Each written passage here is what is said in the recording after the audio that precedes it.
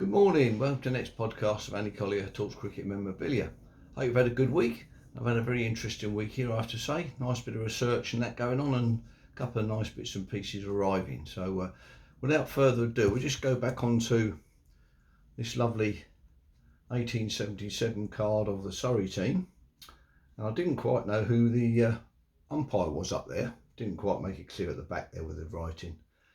Anyway, that ended up as James Street, who played for Surrey and also formed my club in Farncombe in 1867. So quite a nice sort of surprise that was when I found out it was James Street. So onwards and upwards with that one. Of course, Broadwater is now followed on by Farncombe Cricket Club in 1938. So nice to find that out. Yeah, another nice thing that's arrived this week is a couple more signatures for the photograph album. We have where are we? It's here somewhere. A Percy Fender photograph signature. Sorry, I could have got that out there. Waste a few minutes. There's a nice Percy Fender there. Fits in perfectly there with Percy Fender coming out to bat. Nice one down there at Bath in Somerset, and also a nice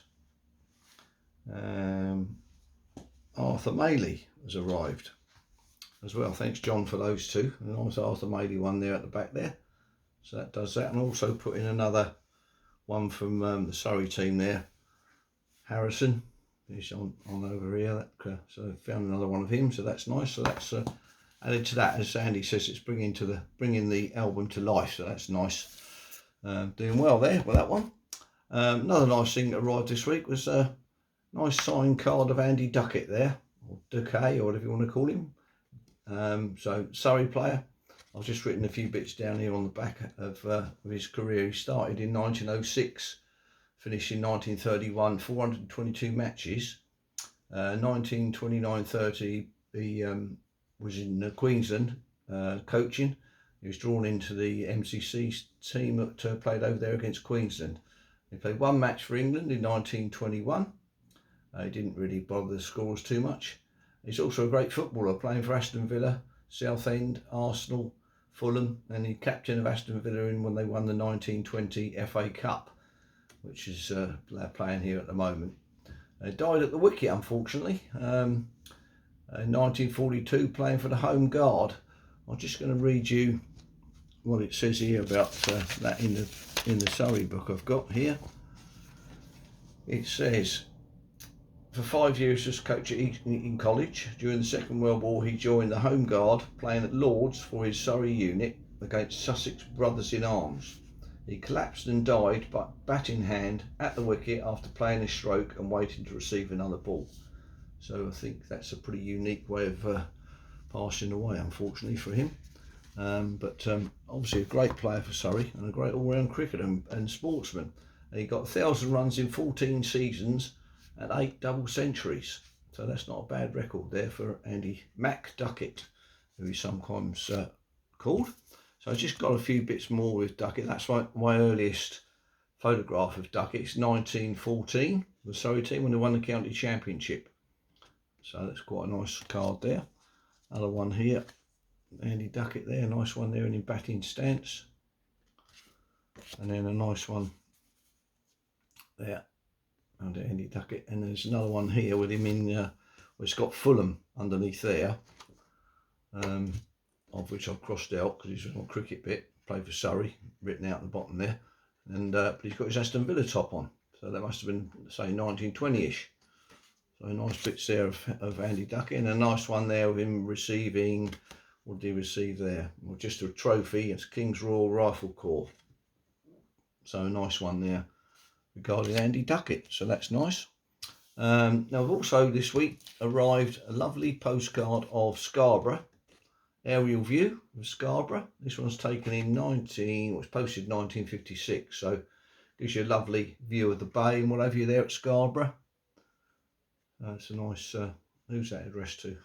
Kilvey, something like that, in Barnsley. So a nice postcard there. That just got me going around with a few other bits of our normal view of Scarborough is the famous pavilion.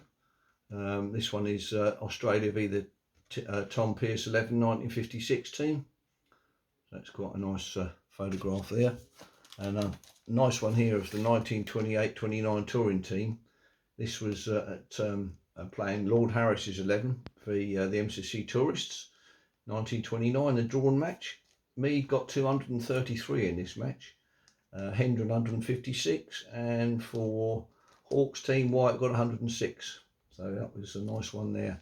Signing the cup, we've got Sutcliffe and Larwood have signed that photograph. So that's quite a nice photograph there.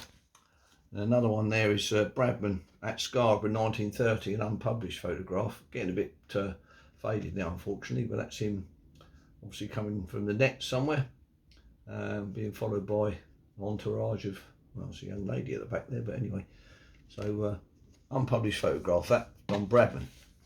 So now we've got an anniversary going on today. We've got Jack Hobbs. There's a lovely signed card of Jack Hobbs, actually from his shop, with compliments from JBH. So anyway, it's 1929 again. We've got 1929 again. He scored 142 at Melbourne, and he's the oldest man to there's a lovely photograph of him and Jardine. Sutcliffe was injured, so there's a nice photograph of him coming out with Jardine at that match at Melbourne on the 8th.